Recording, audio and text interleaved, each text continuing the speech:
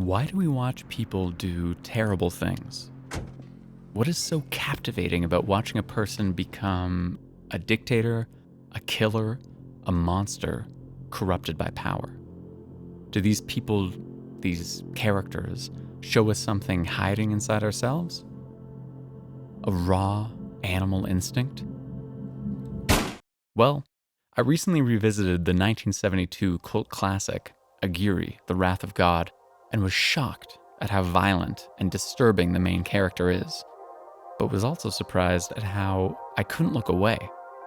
Don Aguirre was known as the Madman, and watching him spiral into madness is like watching a car crash in slow motion.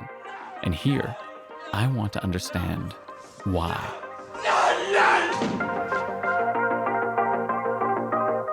Werner Herzog's Aguirre, The Wrath of God follows a group of Spanish conquistadors in their journey to locate and conquer the elusive golden city of El Dorado in 1500s South America.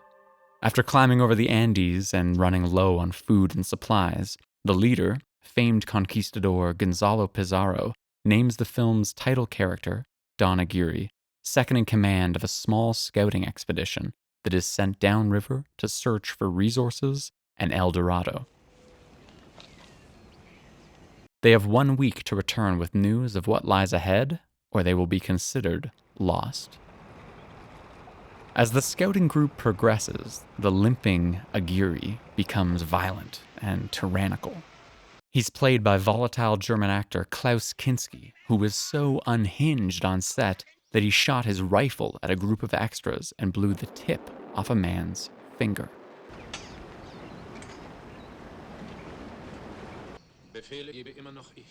Aguirre instigates mutiny, elects a puppet emperor, and facilitates the murder of the leader of the scouting party, the level-headed Don Ursua. Aguirre uses intimidation and violence to convince the men to follow him. His tactics are immoral and deplorable, but Aguirre's ambition is seductive, at times even attractive to the troops. Some view him as a savior, others a villain, but he is a man increasingly corrupted by his thirst for power. And is it the character's power-hungry descent into madness that makes Aguirre, The Wrath of God so watchable half a century after it was made? Well, let's look at a few reasons why power in the hands of madness is so captivating to watch.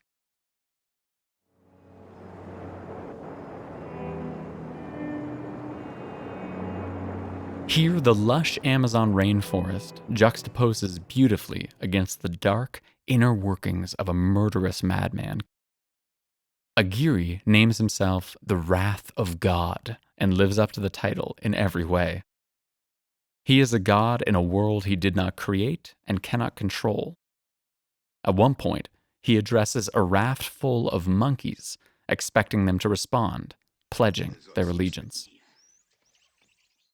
The period depicted in Aguirre is one of post-contact slaughter, slavery, and supremacy.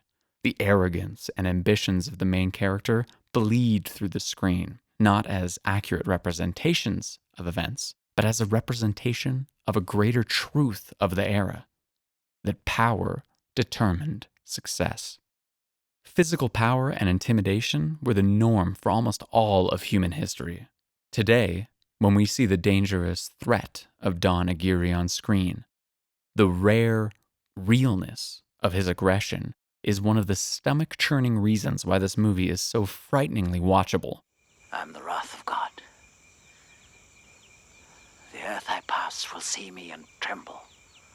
When Inez, the only person brave enough to try to stop Aguirre's mutiny, implores the priest, Brother Carvajal, to do something, he responds with, "The church has always been on the side of the strong." In the era of conquistadors and European imperialism, there is no right or wrong, only strong. Aguirre, I know exactly what you intend to do to Ursua.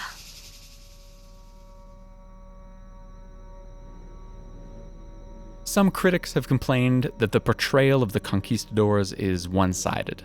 They're murderous, gold-hungry, slave-driving henchmen of a warped crown. But Herzog based the movie on real diaries from this expedition and one 20 years earlier. Both expeditions were filled with moments of brutal domination and violence. The fact that Herzog chose to humanize Aguirre in small but impactful ways, by having him never physically intimidate Inez, the moral heart of the story, and by appointing an emperor instead of taking the title for himself, suggests that perhaps Herzog recognized the historical character was too brutal for modern audiences. And the further differences between the real Aguirre and his portrayal by Kinski suggest that Herzog was attempting to create an allegory of unchecked power. Herzog has said that his earliest memory is from World War II, when his mother pulled him out of bed at night to watch the city of Rosenheim burning on the horizon. The impact of unchecked power on Herzog's life is undeniable. There's a saying that we study history in order to avoid making Hitler comparisons. Herzog's life was unquestionably shaped by the rise to power and megalomania of Hitler in 1930s Germany. His representation of Aguirre has unavoidable allusions to it. Similar to how Hitler first named himself second in command under his puppet, President Hindenburg, after Aguirre's mutiny, Aguirre does not take the leadership for himself, but instead elects the nobleman, Guzman, to become emperor.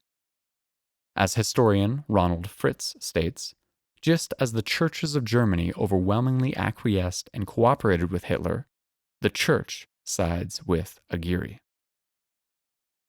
What the film loses in complete historical accuracy, it makes up for in allegory, ultimately satirizing megalomania and the cult of the individual. To quote Fritz again, the basic message is obviously that man lives in a hostile world, which will destroy him if his ambitions and actions diverge too far from the reality of human limits and approach madness. This madness may or may not be distant from us today, but in Herzog's Germany and imperialist Spanish America, it wreaked disastrous results. It's this flirtation with power that makes terrible characters so addictive to watch. They kick away morality, social norms, and give in to their raw thirst for power.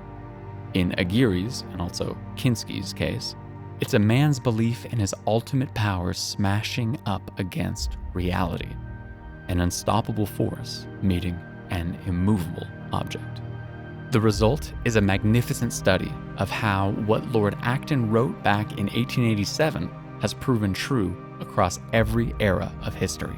Power tends to corrupt, and absolute power corrupts absolutely. Great men are almost always bad men.